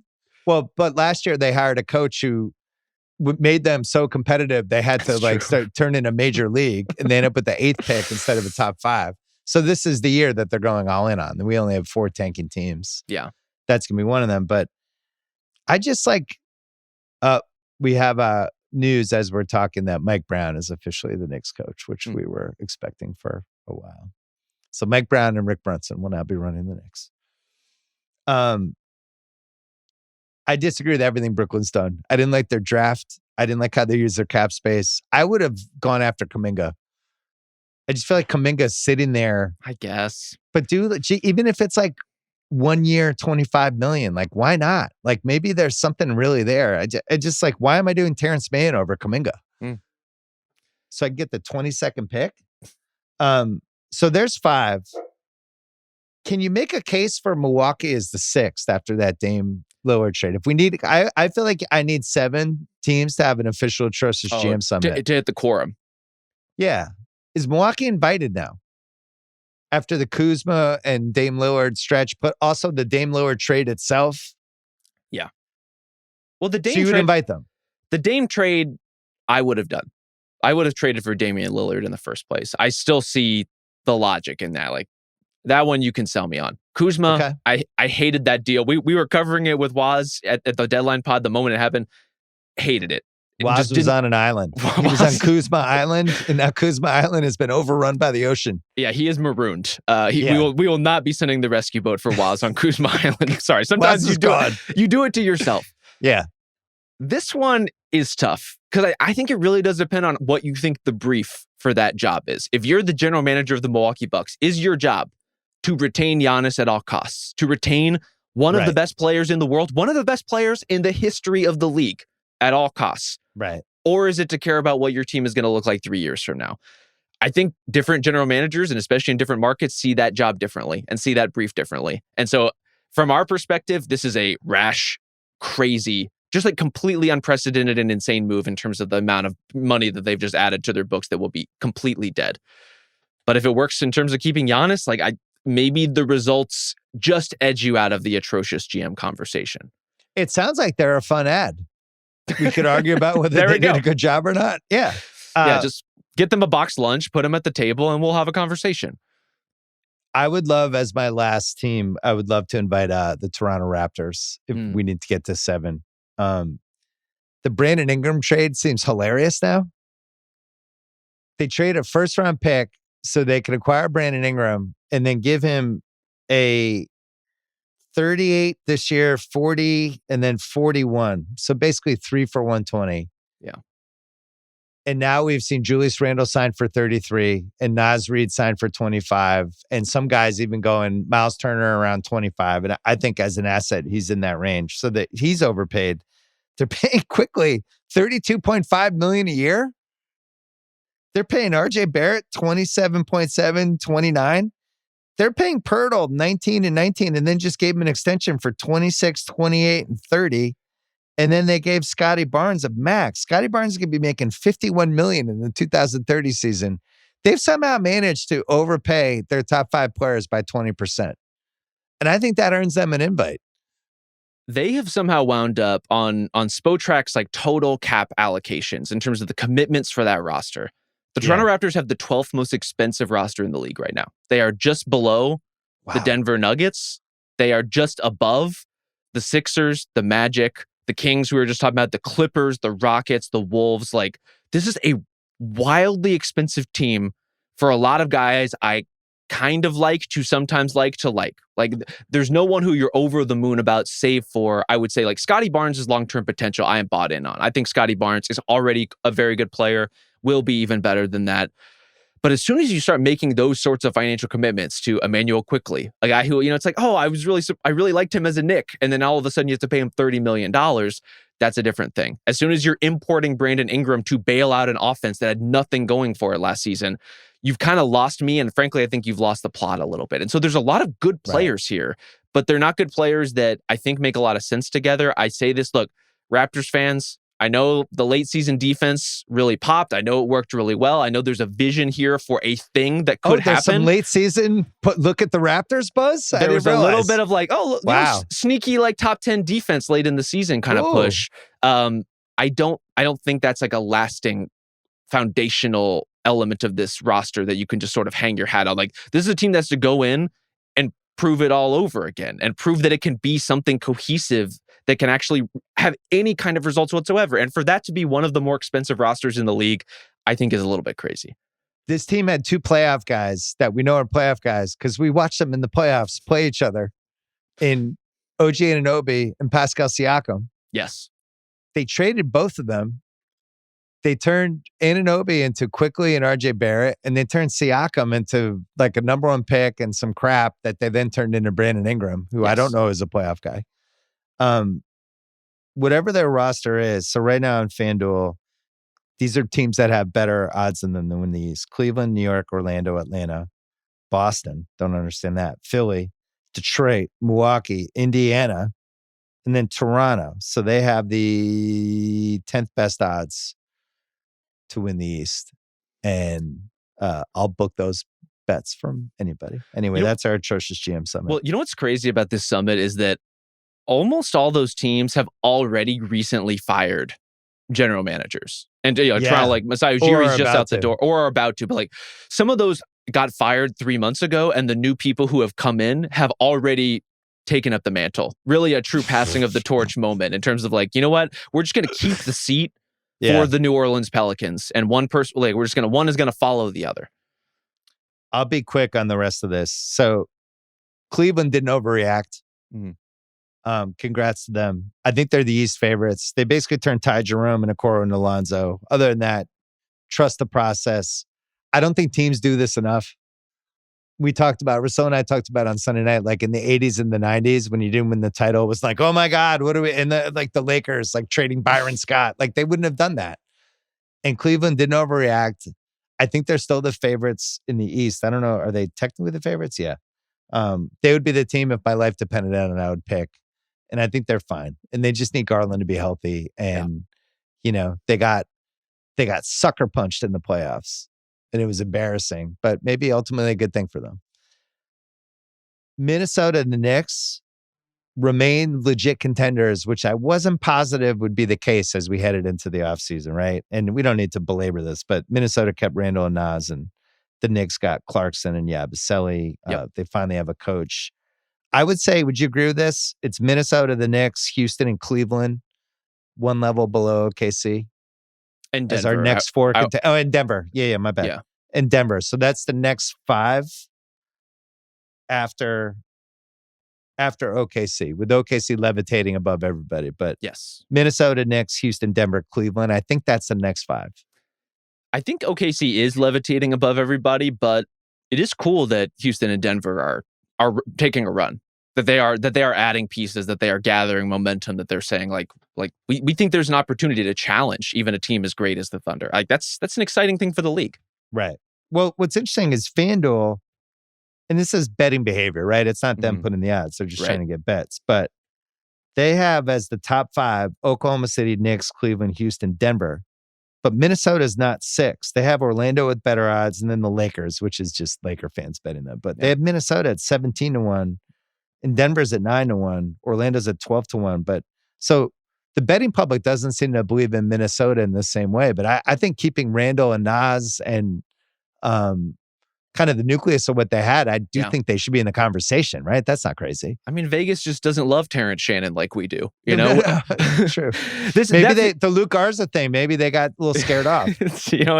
They lost some really critical pieces there. But honestly, losing Nickeil Alexander-Walker is a real thing. And one of Terrence Shannon. Like, honestly, it would be great if Jalen Clark could kind of round out his game a little bit. It would be great if the Dillingham minutes turn into anything at all. Well, they have to for what they gave up. He's going to have to play next year. But that's a back-to-back Western Conference finals team. To just write them off, I think would be insane. They did good work in retaining what they had. I have those 5. I think Atlanta and Orlando are kind of lurking as something, and then there's a couple more in there. But 2 more. Restricted free agency seems like it's dead or in a coma. We don't even have a Giddey or commit. Like whatever they did with the CBA, they made restricted free agency impossible. So now you basically have to get your deal done a year before you become a restricted free agent. Yeah. Because you don't want to be in the position of, now maybe next year more teams will have cap space, but the fact that nobody made a Giddey offer or a Cam Thomas offer, I thought was pretty crazy. Is it crazy that nobody made a Cam Thomas offer? It's just for the way the history of the league is. Like teams year after year be like, oh, Sacramento offered Cam Thomas 3 for $50. Look, none of those deals are out there. If we don't see Cam Thomas in a Sacramento Kings jersey at some point, it'll happen. Then AI has fully taken over. But I think fingers crossed. The one I'm kind of watching is Quentin Grimes because yes, a lottery team making a big run at a Josh Giddey or a Jonathan Kuminga, that's historically something that has happened. Quentin Grimes is in this range where he's a good rotation player who could help a bunch of different teams, but his market is limited artificially by that restriction. Would not shock me to see him take the qualifying offer and then go next summer and be able to sign with the team of his choosing. Obviously, it was really good for Philly. I think will be really good for them again. I'm going to end with my 12th one as on a positive. Okay. The Charlotte Hornets, new owner, new coach, new front office, a perennial shit show. You could always rely that just an automatic invite to the Atrocious GM Summit every year. And now they're basically they're doing AI Sam Presti. This is an AI heavy episode, I gotta say. Kind of playing the Presti hits, right? It's like it seems like their mode is what would Sam Presti do, and that's how you end up. You trade Nurkic, you get Sexton in a good second. Yep. You trade Micic for Connaughton in 2 seconds, knowing he's going to retire. Yeah, sure, we'll take Connaughton for a year. Just adding picks. You trade Mark Williams for the 29th pick in the draft and a 2029 first. During the season, they traded a Koji and Nick Richards for a Koji in 3 seconds. And then early in this whole thing, they traded Lowry or Rozier for Lowry in Miami's 2027 first. So they're doing what a bad team should do. Yes. is like, we'll grab assets here. But now I look at their team and they got LaMelo.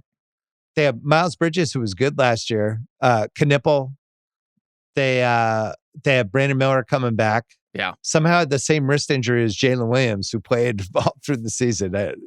Just tanking team versus team trying to win the title. But I like where they are, and I think that it looks like a smart team to me. And now one more shitty season, one more good draft pick, and then maybe something's there, right? I mean, I think a lot of it's going to bank on LaMelo and how much you believe in him. I kind of do. Like, I'm still a LaMelo guy. I'm still a believer. I think you have to see it. But ultimately, you're right. It's like the function of like, are you running this team well? It's like, what are the opportunities you actually have? And if you're a team like the Hornets, they are making a lot with those opportunities. They're leveraging them really, really well, given where they are, given the fact that like free agents are not going to be clamoring to come sign with the Hornets at bargain rates. So you draft well, you get as many picks as you can, you take on trades like the Connaughton trade, for example, and you live to fight another day, and you try to consolidate some of this talent ultimately. And like Brandon Miller being good is really important to the Hornets at this point. Like he needs to pop, and he needs to be able to like stay on the court and be healthy. And when he's done, like when he's been on the court, you can really see it. Like you can see the outline of a really effective two-way wing player. But he's also got to do it. It really is that kind of roster through and through where, yeah, I don't believe in the 5-man, 8-man rotation that they're going to have on the court next season, but I believe in kind of the direction that they're going, which has not been the case lately. Yeah, I think the league's noticing like, oh man, we don't have a patsy over in Charlotte anymore. This will be like much we talked about with Trae Young. This will be the kind of, what do we have with LaMelo? Is this somebody we should be building around or not? Yeah. That's all I got. Is there anything I missed that you cared about for the summer? I feel like we hit everything. I think we hit the biggest stuff. So it sounds like the thing you're the most interested in is how this LeBron situation plays out. I mean, I'm fascinated. Just because, look, we've already had the start to a summer where an all-NBA guard got waived and stretched out of nowhere so that a team that had no room could all of a sudden have tons of room. Like, let's just get wild and crazy with it. You know, like I have no idea where the LeBron market can go. Right now, it looks like there's only 2 or 3 teams that make sense. Maybe that won't be the case a week from now, a month from now, 3 months from now. I have no idea how long it will stretch on, but good Lord, the Lakers are in a weird place. Like this is just such a clusterfuck for them. They're in a weird place, but also in a pretty good place because they have a new owner and they have Luka Doncic. So long term, great. Yeah. Short term, you're not a contender. You're not. It's not happening. And meanwhile, in Dallas, like I have seen the vision, and it is giving me a continued migraine. Like bringing in D'Angelo Russell as rent grade Kyrie. What are you doing? Was not a fan of that. Why? Not a fan. That was not great. What TV show are you obsessed with right now? None, unfortunately, because we have a presumed innocent shaped hole in our lives. Like I don't know where the summer schlock went, but it's not here, and I'm really sad about it. So at least we have Trainwreck Poop Cruise. Finally, what are you talking about? On Netflix, Poop Cruise. Okay, pitch me on Poop Cruise. What's going on with Poop Cruise? It's a show called Trainwreck, and they did an hour-long episode about the Carnival boat cruise where the toilets overflowed and everybody was stepping in shit. And it's a riveting hour. You know what? I'm not up on the latest poops. I gotta get caught up on that. What's weird is the Brooklyn Nets and the Phoenix Suns were on the boat, and a couple of the other teams, Sacramento Kings. Rob Mahoney, great to see you as always. Thanks. Thanks, Bill. All right, my dad's here. We just had to say an official farewell to the 2024 World Champion Boston Celtics. I don't know if we've talked to you. I don't think we've talked to you since the Jason Tatum went down and all that stuff. The last time we talked was after Game 2 of the Knicks series. You're paying full boat for your season tickets this year, and now Drew Holiday and Porzingis and Jaylen Brown and Jason Tatum and Al Horford will not be on the team. It's, I really thought we had a 3-year window. And I thought that the owners were going to be willing to pay the luxury tax. And maybe if Tatum didn't get hurt, that's what would have happened. But I fully understand the new owners, Bill Chisholm, that with Tatum out the whole year, we're not going to be a contender. So I understand that Porzingis, he had only 1 year left in his contract. I understand the Holiday because he had 3 years left. at his age, and we're not going to be a contender. I really hope that they would re-sign Cornette and Al Horford, but it doesn't look like that's happening. Yeah, So, Horford's going to Golden State. yeah, that's what I'm reading. But so next year is going to be, we had a great championship year. This year was exciting until it wasn't. You roll with the punches. You and I have talked a lot of times about all the dead years in between championships, but you still go. You still support your team. You hope that they'll be better. Am I looking forward to next year? Not at all. And I suspect your daughter and whomever will be going and sitting in my seats frequently. But we have no center. And we're missing one of the 5 best guys in the league. And our new shooting guard is one of the worst defenders in the league. I'll be interested to see what you think of Anthony Simmons, because you're not a league pass guy, especially with the West Coast team. So I don't think you've seen him that much. I actually went to the Portland game and I saw him, and he did very well against us. Actually, his shooting was excellent the night that he played us. I don't remember defense because I wasn't paying attention to that, but there's so many rumors now that he's going to be packaged. So because from what I understand, they're now a little bit above the second apron again. So somebody has to go. I don't know. Yeah.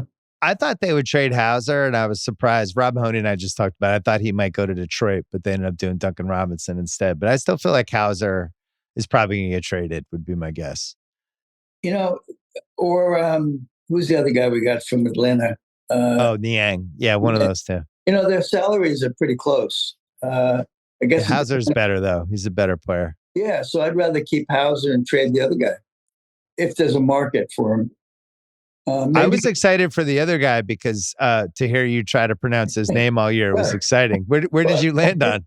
Well, as you noticed 20 seconds ago, I didn't pronounce his name. Do you want to give it a whirl? No, I'm not looking to. George's Niang? What's his first name? I thought it was George's. Okay. Or George. Well, he's called George, but George Niang. No, a new guy, first name George. I think they'll probably. He's a possibility to head out. They don't need much to get under the second apron. Yeah, I'm not worried about it. They don't have to do it until February. So even if they're a little bit over heading in there, they could still. It's going to be a weird team. I mean, you and I had the same concerns about Holiday in the playoffs last year. He lost a step. There's no doubt about it. He couldn't stop. Maybe nobody could stop Brunson, but he certainly was not able to stay in front of him. Yeah. I don't understand Tillman. I don't know why he's still on the team. He brought nothing at all. I understand we have no centers, but I'd be looking to bring somebody else in here. And I think that's how they get under the tax. If you trade Tillman, you attach a second round pick to it, and somebody just takes the last year because it's a veteran minimum deal, basically. I just read an article about us having interest in Lillard. Damian Lillard? Yes. I mean, his whole salary is being paid for the next 2 years, right? Yes.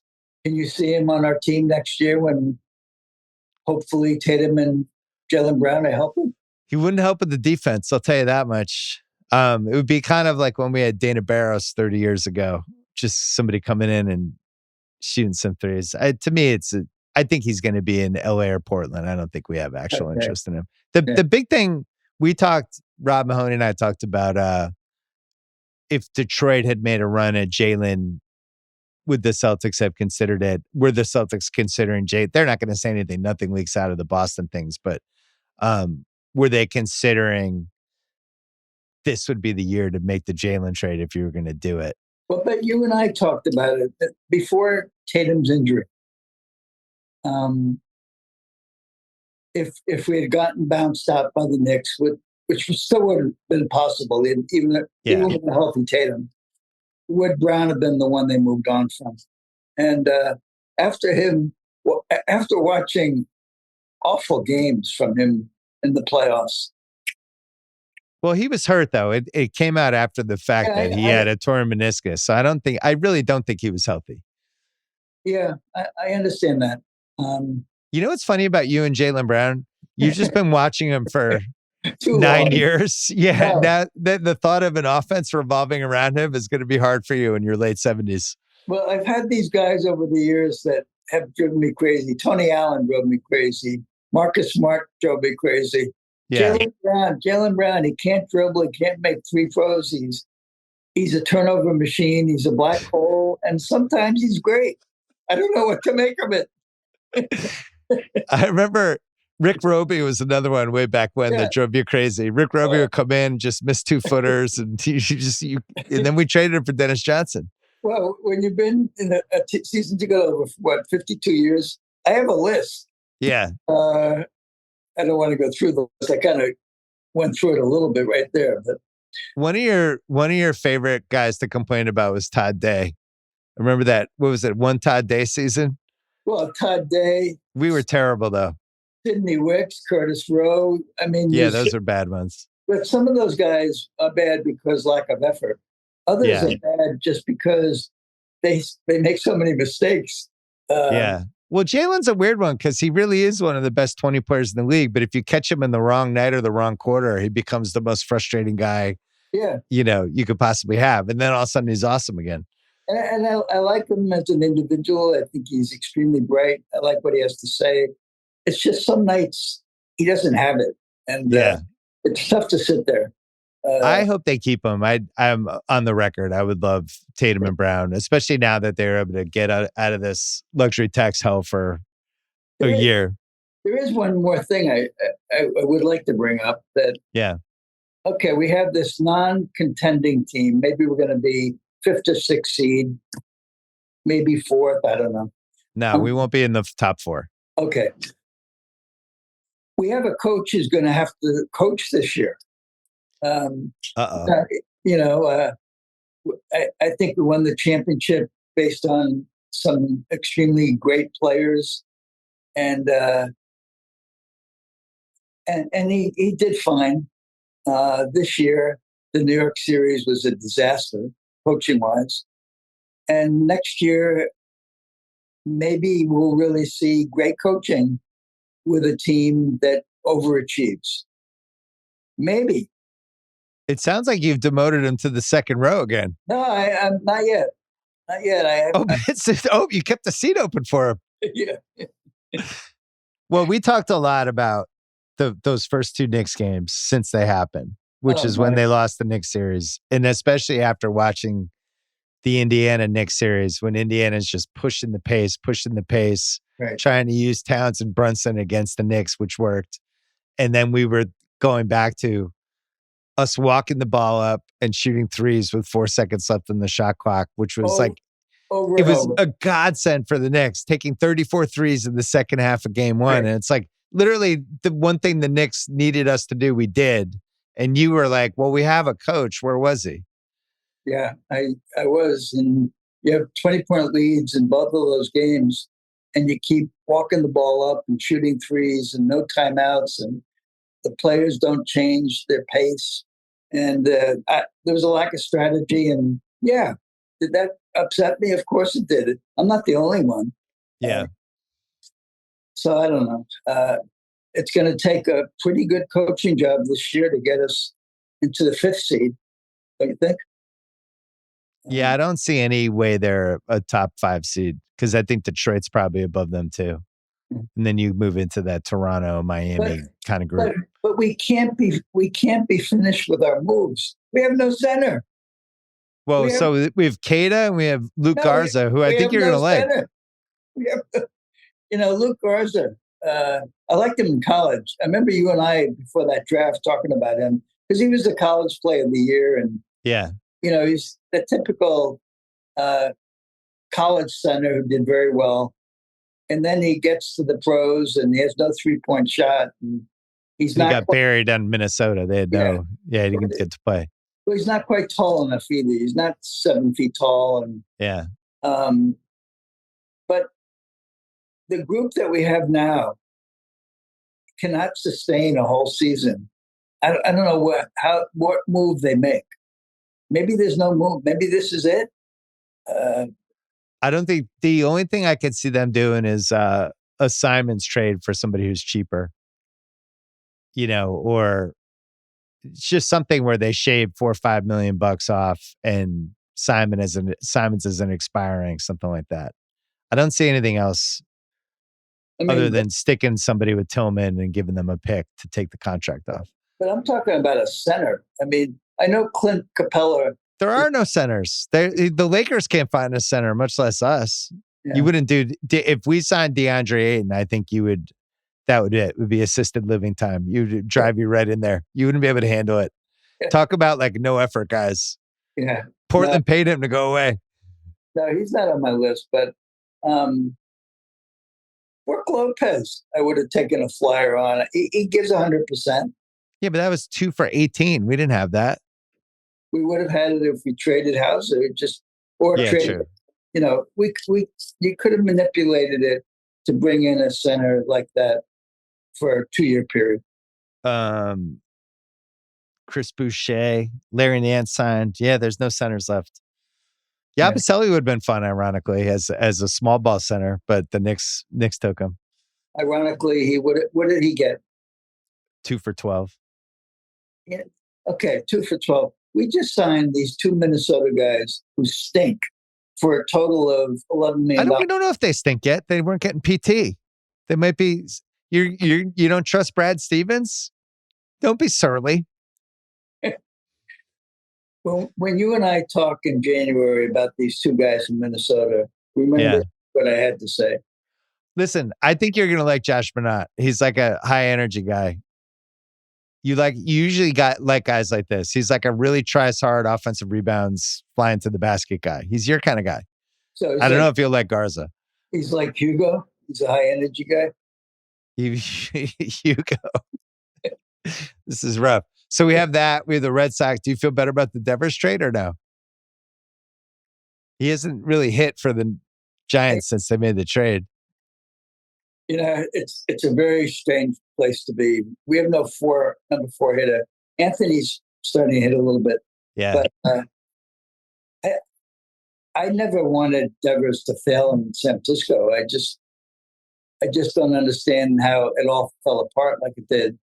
And he was our best hitter. So we lost 5 straight games, and I think we scored like 5 runs or something. I don't wish him ill, but I wish we had gotten more in the trade. I wish we had gotten a hitter back. Yeah. And they had. What's the mood of the city with the Red Sox these days? Oh, I think nobody. I think they're. If you want to have a nice night out and eat a hot dog, people go to the game, but nobody's expecting them to do anything. There's too many teams ahead of them in the playoff race. And the owners, that part's not going great either. Well, that's a long since we went in 2018. The owners have kind of, this. We talked about it. Their philosophy totally changed. They spent a lot of money in Liverpool. The players over there, but. It's like they're very happy. We have the highest ticket prices in baseball, Major League Baseball, for a product that's subpar. And they're relying so much on the youngsters. But we don't have a power hitter coming up. A lot of these, Anthony's not a power hitter. Meyer's not a power hitter. Meyer's really good. I've actually enjoyed watching them, even though every 5 days, Bueller comes in and gives up like 8. I mean, he's one of the worst pitchers we've ever had.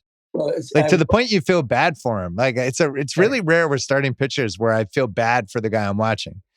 Well, I read 2 articles on him this week, and it's interesting. The article in the Globe today was about him, and Cora is keeping him in rotation. And the other article I read was they're hoping he's a trade chip at the deadline. I think they're keeping him in the rotation. If he has one good start, they trade him right away. So they're going to assume that the team they're trading him to didn't see his last 10 starts. Well, maybe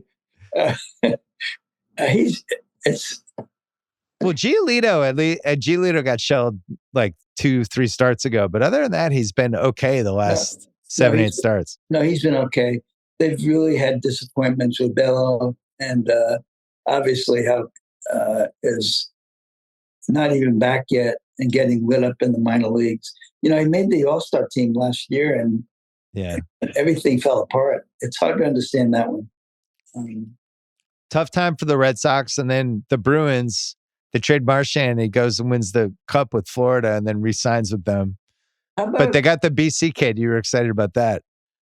This year, I was excited about it. The kid they took last year, and they passed on it. They took the kid that's about 12 feet tall, which is Will Fox, and had the terrible freshman year at BC. They passed on some pretty good players in that draft. This one, they lucked out. They really did. Weren't you shocked that Marchand, who's 38 years old, got a 6-year contract? Well, I think they do it so that it allows them to, you're basically the first 3 years, and then so it's front loaded, or no? I just think he's probably playing 2-3 more years, but you pay him for 6, and then if he retires, you get. Okay. It seems like there's some short-term cap benefits. I'm glad for him. Hey, he earned it. It's so hard though. He was our captain. He was the guy saluting everybody after the game as they went to the gate. It's hard to see that he left. So the team that's the most encouraging right now out of the 4 is probably the Pats. Yeah. Patriots. Because they haven't started yet. And we have high hopes, don't we? I do. And I was when I was able to make bets in Indiana on FanDuel, I made a bunch of Pats bets. I bet on Vrabel for Coach of the Year. I bet on the over 9.5 wins. I bet on them to win the division. I'm all in on this team. Well, the other thing is, we talked about it last year with Washington. They got Daniels. Washington had a poor year, so they got one of the easiest schedules. Therefore, we have one of the easiest schedules this year. We should have a chance at 10 wins, and then you make the playoffs. New coach, easy schedule. We have the QB. They did some good free agent signings. Not just a new coach, but actually a coach who knows how to coach. That last year coaching staff was just an abomination. Actually, 2 years in a row. 3 years. Yeah, it's been funny. We were saying this as it was happening, but now that they've had the mini camps and stuff, and even the players are like, wow, it's nice to have a coaching staff again. Like, it's like these little digs left and right. It's hilarious. Well, the other thing was last year, a lot of players were speaking to the press, bad-mouthing the team and the coaching staff. Vrabel's not going to allow that. No. I mean, he has a player do that, that play is gone. And you have to do that in this league. All right. So it sounds like the Pats are number 1. Well, and you deep down, are you holding out hope for the Celts kind of hang around and then Tatum comes back in March? And it's possible. Are you? I mean, they already are showing him working out. They had a picture in the Globe today of him. I saw it. In meeting Hugo. He and Hugo setting up a little relationship. I'm happy about it. What TV shows are you watching now that sports has gone to hell? Well, you and I, when I was out in LA last week, we watched the Q. Oh, the Netflix show. What was it? Oh, John Q. No, John Q. Whatever. Department Q. Department Q. That was really good. That was really well done. Well, I haven't watched much. We just got back from vacation yesterday, as you know. Keep me posted on your TV. You'll go see F1 in the theater. I'm looking forward. Is it in the theater now? Yeah. Okay. The other one I hadn't seen was Ballerina. I know it didn't get great reviews, but it's my kind of movie. John Wick, Ballerina. Weird summer. Yeah. Celtics headed for an 8 seed. Red Sox season already over. Bruins depressing, and somehow the Patriots have become the team of hope again. Yeah, it's hard when you get to the dog days of July and August. Baseball, you really like to watch baseball. It's tough. I guess we're going to watch the rookies, and hope. I think that They bring Campbell back up. Somebody told me that. Well, and then you have your 53rd year of Celtics season tickets. I thought it was really nice of them to give everybody a 20% discount after they got rid of all the. Oh, no, they didn't do that. Yeah, no, well, you buy it, you agree to get next season tickets in end of March. Yeah, it's a contract. Jason Tatum was still playing in March. Yeah, so I don't blame the Celtics. They didn't know what was going to happen, but I'm glad they could throw some free drinks for everybody a couple times. Are you hearing that we're going to get a discount based on the... No, there's no way. There's going to be some grim nights. There's going to be like some Celtics Washington, Celtics Charlotte, Celtics Utah games where the tickets will be about. I mean, we haven't been in a situation like this with the Celtics since probably the year before Marcus, right? Yeah, right. That was like the last bad team they had was over 10 years ago. I don't know if this team's going to be bad. They still have Jalen, who's still a top 20 guy. They still have White. Simmons will be able to score. They still have Pritchard. They'll be able to shoot threes. I'm not worried about the bill because I had emailed the Celtics last week that I have a new address, and I gave your address to send the bill. All right. I'll handle it. All right, Dad. Good to see you. Enjoy the summer. Good seeing you last week. Okay, take care. All right. All right, that's it for the podcast. Thanks to Rob Mahoney. Thanks to Eduardo and Gahal as well. Don't forget, new rewatchables went out Monday night after hours, and we got Jaws 2 coming in a week. And I'm going to be back 99% positive. I'm going to be back on Sunday with Russillo, unless something crazy happens. Enjoy the July 4th stretch here. Have a great time. I'll see you on Sunday night.